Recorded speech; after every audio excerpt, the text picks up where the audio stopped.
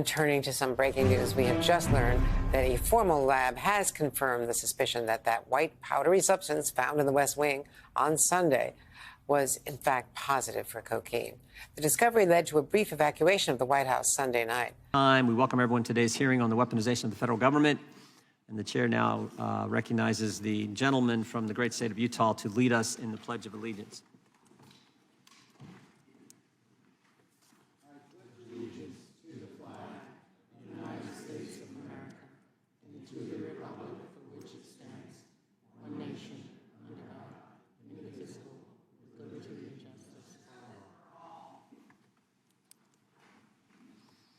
You were shocked to find out that various intel agencies were affecting its operations?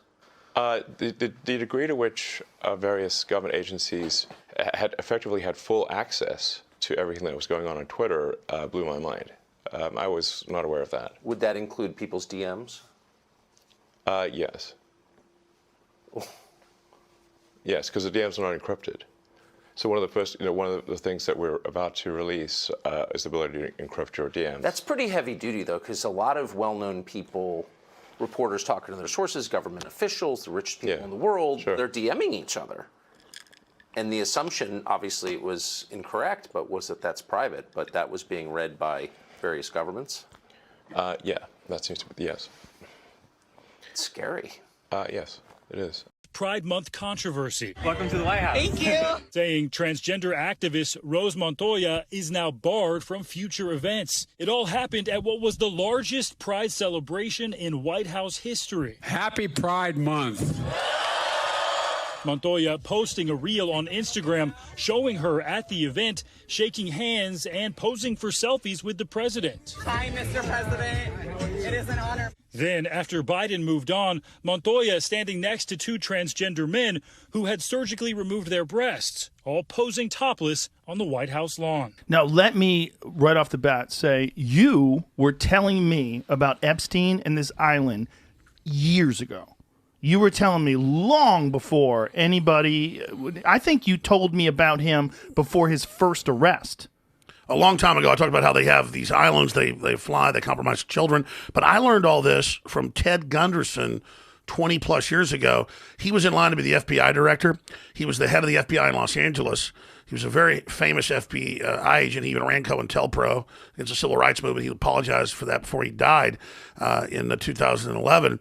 But he came out and he was the one that explained to me about how they use these blackmail rings, elements of the CIA and foreign intelligence groups, and how they would basically make people have sex with children to be part of these clubs and these cults they were setting up. So I knew about all this from Ted Gunderson.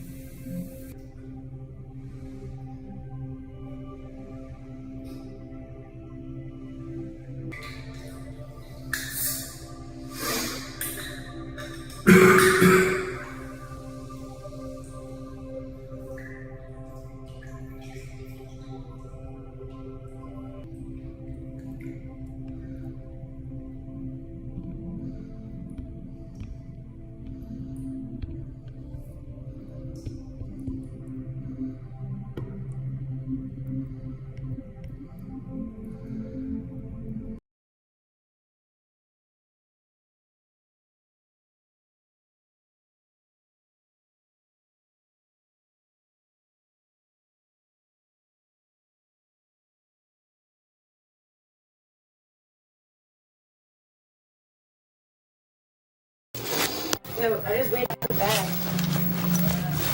It's 2.06. 2.07 without the bag.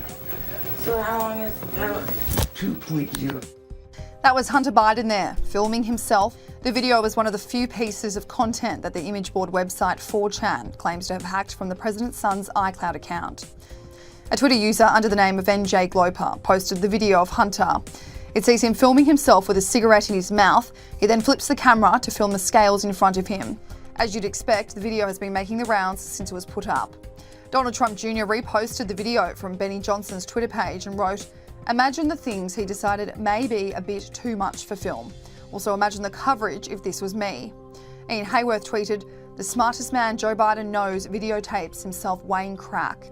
Caleb Hull wrote, "You have to be a super weird person to even film this in the first place."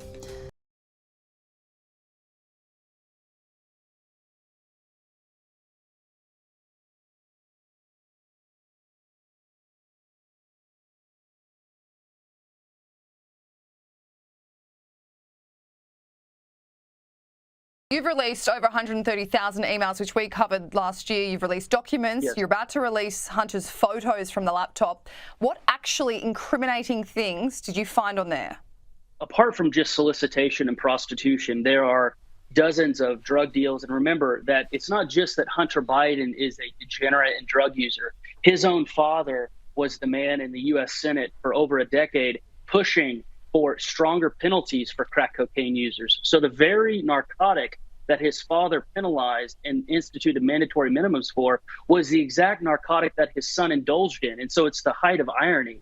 And so the site you alluded to, BidenLaptopMedia.com, it goes live on June 1st, U.S. time. And it's going to be all the photos from the device minus genitalia. We are redacting that. But like you said, BidenLaptopEmails.com has been online for a year, and we've always wanted to put all the photos up, and we think this is the responsible way to do it.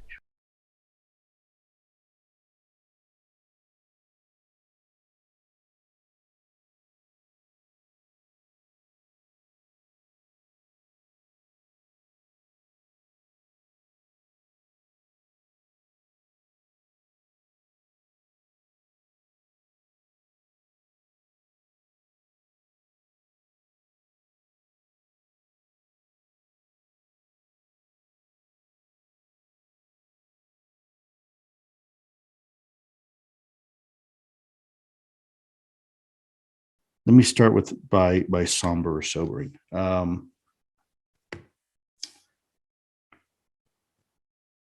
Imagine everything you've been taught, whether it's through Sunday school or through regular formal education in school, or what our political leaders have told us, and yes, even maybe our mothers and fathers around the dinner table have told us, or maybe at bedtime, about who we are, right, and our background and our past. What if all of that turned out to be not entirely accurate? In fact, the very history of our species, the meaning, what it means to be a human being and our place in this universe. What if all that is now in question? What if it turns out that a lot of the things that we thought were one way aren't? Are we prepared to have that honest question with ourselves? Are we prepared to recognize that we're not at the top of the food chain, potentially? That we're not the alpha predator, that we are maybe somewhere in the middle? It's interesting because I was having a discussion with a friend not too long ago. A really, we call them graybeards in the government. Really, really smart guy. I'm not going to mention his name, but I was talking to him probably a couple months ago. And this is a guy who was always paid to solve the hard problems for the U.S. government. Cold War. How do we solve that, right? How do we do these big things? How do we go in and beat the Russians at their own game? So this guy I respect tremendously. And we had a conversation. He said, Lou, mankind's been around for a little while. And for most of that time, mankind's been around. We've been smack in the middle of the food chain. We've been, we ate a lot of things, and a lot of things ate us. And that's just the bottom line. And about 70,000 years ago, something fundamentally changed. Something changed. And our species was instantly catapulted to the very top of our planet as far as predatory animals. And now all of a sudden, we became the most feared. We were the most lethal and the most successful. And in fact, Most of the large species that existed on this planet went extinct because of us. Believe it or not, because we started eating all of it. There were a couple species that did very, very well with our ascension, our immediate ascension. And we brought a couple species with us. The dog is an example, where the dog species benefited greatly with mankind's ascension as the alpha predator and wound up succeeding as well, doing very well off of that. That changed the entire global landscape of our planet almost overnight. Large animals went extinct because of us. What if it turns out that there's another species that is even higher on that ladder than we are? Do we need the social institutions that we have today? Will we need governmental and religious organizations that we have today if it turns out that there is something else or someone else that is technologically more advanced and perhaps from an evolutionary perspective more advanced? Have we been wasting our time all this time, or are we doing exactly what we're supposed to be doing? Are we? Does it turn out that mankind is in fact just another animal in the zoo? Or because we thought ourselves as a zookeeper before, but maybe we're just another exhibit inside the zoo. What would that mean to us? So when I say sombering and sobering, I mean that there's going to come a point in this conversation where we're going to have to do a lot of reconciling with ourselves, whatever that means, from whatever philosophical background you have. This is going to impact every single one of us the same and yet equally and yet differently. And I think that's important. Do we find ourselves in a situation where history may have to be rewritten? So that's what I mean.